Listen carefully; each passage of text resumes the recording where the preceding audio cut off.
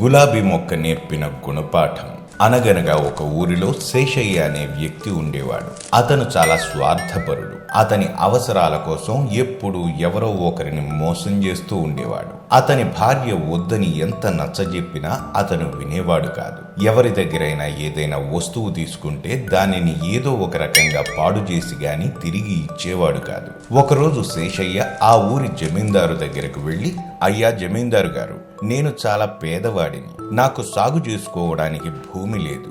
మీ భూమిలో కొంత భాగం నాకు కౌలుకు ఇస్తే సాగు చేసుకుని మీకు ఎంతో కొంత ఇచ్చుకుంటాను అని అడగడంతో జమీందారు జాలిపడి, నిన్ను చూస్తే నాకు జాలేస్తుంది శేషయ్య.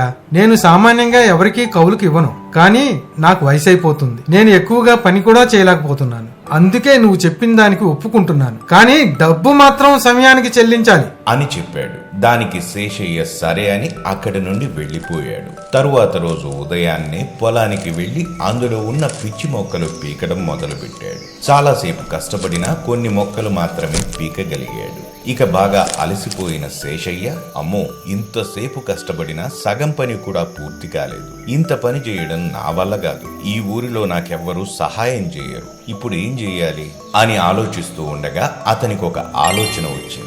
వెంటనే ప్రక్క ఊరిలో ఉన్న ఇద్దరు పనివాళ్ల దగ్గరకు వెళ్లి, మీరు నా పొలంలో పనికి రండి. పంట చేతికి వచ్చాక మీ కష్టానికి తగిన ప్రతిఫలం మీకు ఇస్తాను అని చెప్పగానే వారు ఒప్పుకుని శేషయ్యతో పాటు అతని ఊరికి వచ్చారు. ఆ ఇద్దరు బాగా కష్టపడి పనిచేస్తూ ఉంటే శేషయ్య మాత్రం ప్రక్కనే ఉన్న చెట్టు క్రింద హాయిగా కూర్చున్నాడు. కొన్ని నెలలకు పంట బాగా పండి శేషయ్యకు మంచి లాభం వచ్చింది. ఆ తరువాత ఆ పనివాళ్ళిద్దరూ శేషయ్య దగ్గరకు వచ్చి డబ్బులివ్వమని అడిగారు.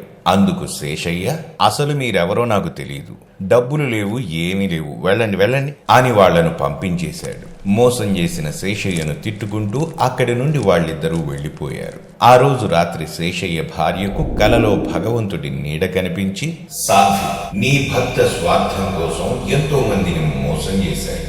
ఇక అతని పాపాలకు కాలం చెల్లి.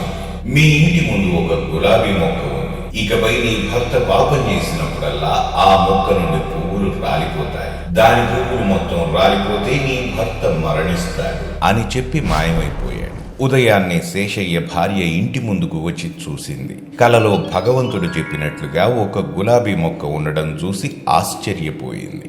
ఇదేంటి, ఈ గులాబీ మొక్క ఎక్కడి నుంచి వచ్చింది? కొంపతీసి కల్లో భగవంతుడు చెప్పింది నిజం కాదు కదా అని భయంతో ఉనికిపోతూ వెంటనే శేషయ్యకు తనకు వచ్చిన కల గురించి చెప్పింది.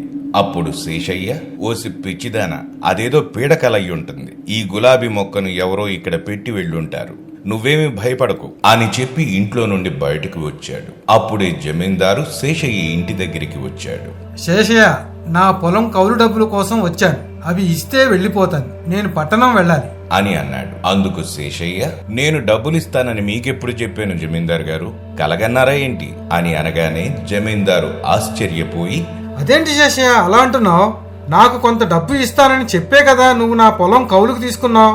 ఇప్పుడు ఇలా మాట్లాడుతున్నావేంటి అని అడిగాడు. అందుకు శేషయ్య జమీందారుతో, నేను అలా అన్నానని ఏదైనా సాక్ష్యం ఉందా అని అడగడంతో జమీందారు గారికి బాగా కోపం వచ్చింది. దాంతో వారిద్దరి మధ్య వాదన మొదలైంది. అలా వాళ్ళిద్దరూ వాదించుకుంటూ ఉన్న సమయంలో ప్రక్కనే ఉన్న గులాబీ మొక్కకున్న పువ్వు రాలిపోయింది. అది చూసిన శేషయ్య ఆశ్చర్యపోయాడు. కానీ దాన్ని పట్టించుకోకుండా శేషయ్య జమీందారుతో వాదిస్తూనే ఉన్నాడు. ఎంతసేపు మాట్లాడినా ఫలితం లేకపోయేసరికి జమీందారు చేసేదేమీ లేక శేషయ్యను తిట్టుకుంటూ అక్కడి నుండి వెళ్లిపోయాడు. అప్పుడు శేషయ్య ఆ గులాబీ మొక్కని చూస్తూ, అరే ఇదేంటి, ఇంతకు ముందే కదా ఈ మొక్క నిండా పూలున్నాయి, ఇప్పుడు ఒక్కటే ఉందేంటి? అయితే నా భార్యకు వచ్చిన కల నిజమే అన్నమాట. అంటే నాకు మరణం తప్పదా అని ఆలోచించేసరికి శేషయ్యకు భయం వేసింది. భార్యను పిలిచి జరిగిన విషయం చెప్పాడు. అప్పుడు అతని భార్య పెద్దగా, అయ్యో, నేను చెప్తూనే ఉన్నాను, ఎవరిని మోసం చేయొద్దు, నీతిగా నిజాయితీగా కష్టపడి పని చేసుకుందామంటే నా మాట విన్నారా? ఇప్పుడు చూడండి ఎంత పని జరిగిందో అని శోకాలు పెట్టి ఏడ్చింది.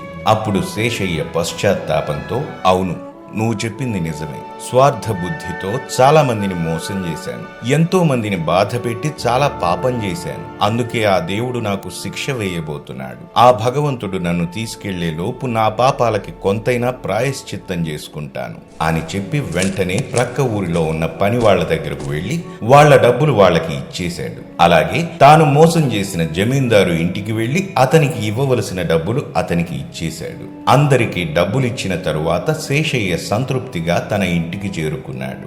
ఇంటి ముందున్న గులాబీ మొక్కను చూసేసరికి మొత్తం పూలతో నిండి ఉంది. అది చూసిన శేషయ్య ఎంతో సంతోషించాడు. ఆ రోజు నుండి శేషయ్య ఎవ్వరిని మోసం చేయకుండా నీతిగా నిజాయితీగా జీవించాడు. నీతి, తన తప్పు తాను తెలుసుకుని పరివర్తన చెందినవాడే మనిషి. మరిన్ని ఇన్ఫర్మేటివ్ వీడియోస్తో మళ్ళీ మీ ముందుకు వస్తాను. మరి ఆ వీడియోస్ను మిస్ కాకూడదనుకుంటే మా ఛానల్ను సబ్స్క్రైబ్ చేసుకోండి. అలాగే వీడియోస్ను లైక్ అండ్ షేర్ చేయడం మర్చిపోకండి.